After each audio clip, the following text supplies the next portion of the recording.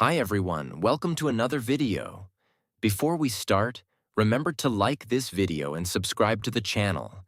It really helps us keep creating better and better content for you. At the end, share your feedback or any insights you had while listening. Let's begin. Most learners have the same dream. I want to think in English. You imagine one magic day when the subtitles disappear in your head. You stop translating. Words just flow. You feel light and natural. You think, one day I will finally start thinking in English when my level is high enough. But here is the truth. You don't wake up one morning suddenly thinking in English. You build thinking in English with small, repeated habits. It is not a switch. It is a construction. Brick by brick. Thought by thought. Sentence by sentence. If you are waiting to think in English before you start using it, you will wait forever. You start thinking in English by forcing your brain to spend more time inside English, even when it feels slow, awkward, and unnatural. Part 2. Why you keep translating everything. Let's be honest. Right now, your process is usually 1. You hear something in English. 2. You translate it to your native language. 3. You think of an answer in your language. 4. You translate that answer to English. 5. Then you speak. This is why you feel slow. You forget words. You get stuck at the middle of a sentence. You feel tired after a simple conversation. Your brain is not only speaking, it is doing constant conversion.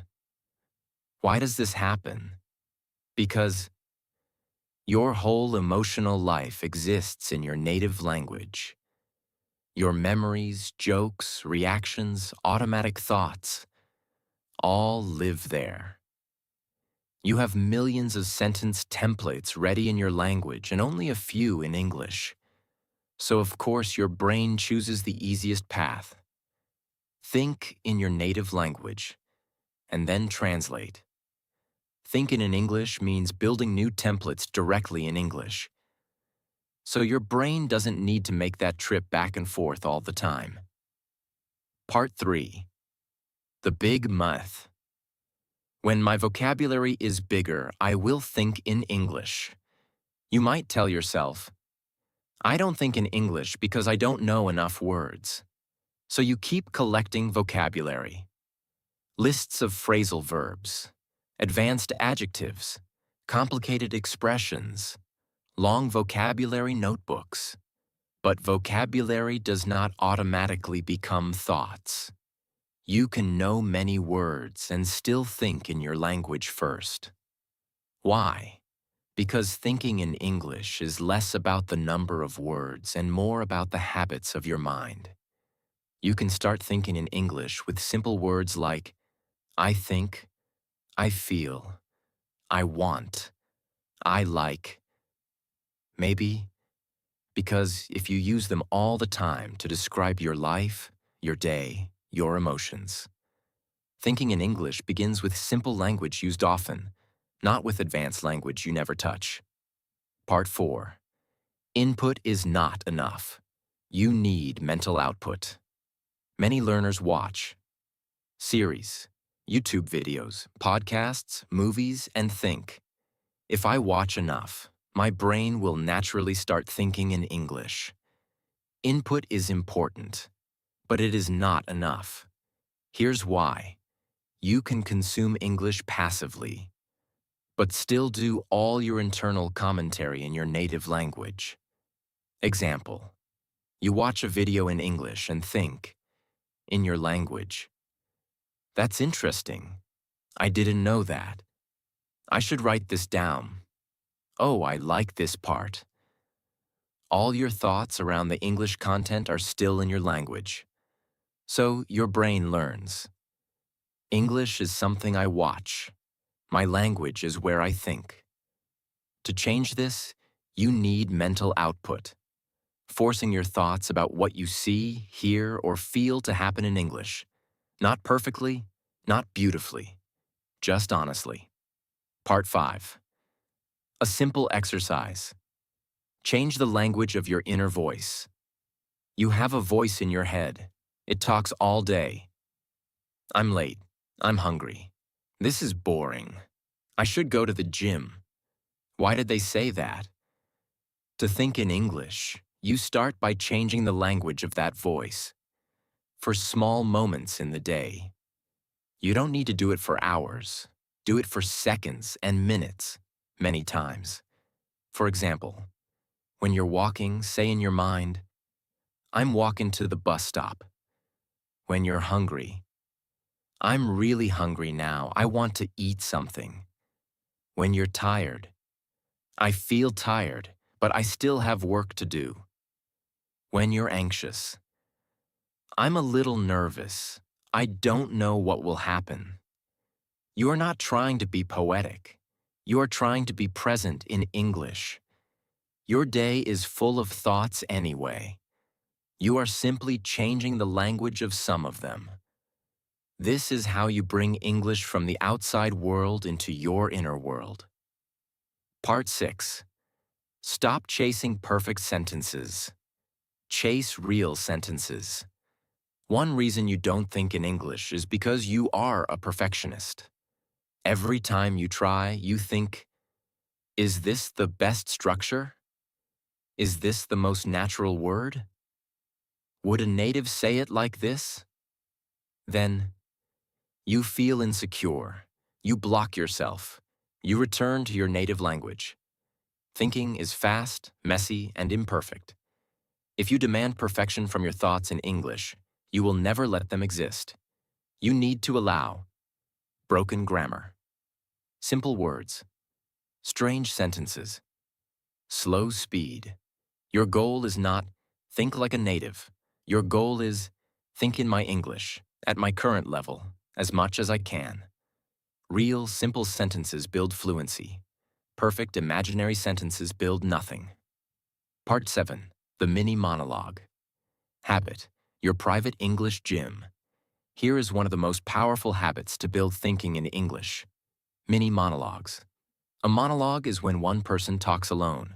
You will choose a simple topic. Set a short time. Talk in English, out loud, or in your mind, without stopping. For example, topic, my day so far. Time, 2-3 minutes. You say or think, I woke up late today. I didn't sleep very well last night. I drank some coffee, but I still feel a little tired. Now I'm going to work, and I have a lot to do. No one needs to hear you. You can do this. While walking, in the shower, washing dishes, before sleep. The rules. 1. Don't stop because of a missing word. Use another word. Explain it. Go around the problem. 2. Don't switch back to your language, even if you feel slow or ridiculous. 3. Keep it short but consistent. 2 to 5 minutes is enough if you do it almost every day. Mini monologues are like gym for your mind. You train your brain to build thoughts directly in English without the translation step. Part 8. Thinking in English during real life, not only during study. Many learners keep English inside a study box. Now I am studying English. Now I am living my normal life. To think in English, you must break this wall. You need small bridges between your life and English. Here are some ideas. When you check the time, think, it's almost 3 o'clock. When you look at the weather, it's really hot today. It's cloudy. When you're making a decision, I think I'll go by bus. It's cheaper. When something happens, react in English. That's funny. That's annoying. This is interesting. Take ordinary moments and give them an English caption in your mind. Little by little, English stops being a school subject and becomes a language you inhabit. Part 9. Use English to process your emotions. You truly start thinking in a language when you can feel and process your emotions in it. This feels strange at the beginning because emotions are intimate and you are used to feeling them in your own language. But you can start small. When you feel something strong, anger, sadness, anxiety, happiness, gratitude, try to describe it in English. For example, I feel angry because I expected something different. I thought they would support me, but they didn't. Or, I feel anxious. I don't know what will happen. I am imagining many bad results. I know it's not helping, but it's happening. You don't need perfect grammar.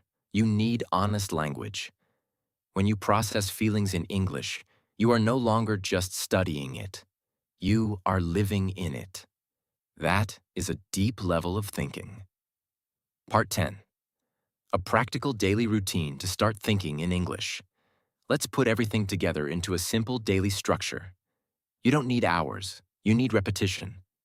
Here's a suggested routine. 1. Morning, 2-3 minutes. Name your day in English. As you start the day, think or say, today I feel, today I need to, this morning I will. 2. During the day, micro moments. Inner voice in English. Choose 3 to 5 random moments to think short sentences in English about what you are doing, what you are seeing, what you are feeling. 3. One mini monologue, 3 to 5 minutes. Topic ideas. What I did today. My plans for next weekend. One problem I have right now. Why I want to improve my English. 4. Evening reflection. 2 to 3 minutes. Before sleep, in English. What went well today? What was difficult today? What do I want to do better tomorrow? This is not about being perfect. It is about touching English with your mind many times every day. That is how thinking in English stops being a dream and becomes a habit. Part 11. The fear of sounding childish is blocking your brain. One of the biggest invisible enemies of thinking in English is your ego. You don't want to sound childish, basic, silly, less intelligent than you are in your own language. So what happens? You prefer staying quiet instead of trying. Translating in your head until you find a beautiful sentence. Using your native language to think complex thoughts, and using English only for simple external things. Inside, you are an adult with complex ideas. In English, you feel like a child with a small toolbox. This is normal. But instead of accepting the phase, you feel ashamed of it. So you avoid it, and if you avoid it, you never leave it. The paradox is this. To think in English like an adult later, you must accept thinking in English like a child now. Short sentences, simple words, repetition, naive explanations. Not because you are stupid, but because you are building new mental connections from zero. Every time you choose silence because you are afraid of sounding basic, you choose ego over progress. Thinking in English demands the humility to be small for a while, so you can grow for real instead of pretending in your own language. Part 12. Thinking in English is a love letter to your future self. Thinking in English can feel useless in the beginning. You might think, what's the point of describing my day in English inside my head? No one hears it. It doesn't give me a certificate. It doesn't give me a job now. But thinking in English is like saving money in a secret account. Every simple sentence you build. While walking to work, while washing dishes, while taking a shower, while lying in bed at night, is a small deposit for your future self. One day that future self will sit in a job interview and understand everything. We'll travel and make real connections with people from other countries. We'll watch content, courses, and opportunities that are impossible without English. We'll feel free, not trapped by subtitles, fear, or slow translation. In that moment, they will not see the thousands of tiny thoughts you practiced alone, but they will be living the result. Thinking in English now is your way of saying to them, I am working for you. I am giving you freedom you don't have yet. It is a quiet, invisible discipline, but its impact is loud. So when your mind says, this is silly, this is too simple, this will never make a difference, answer in English, it is simple, but I am building something. My future self deserves this effort. You've just trained your English and your mind at the same time.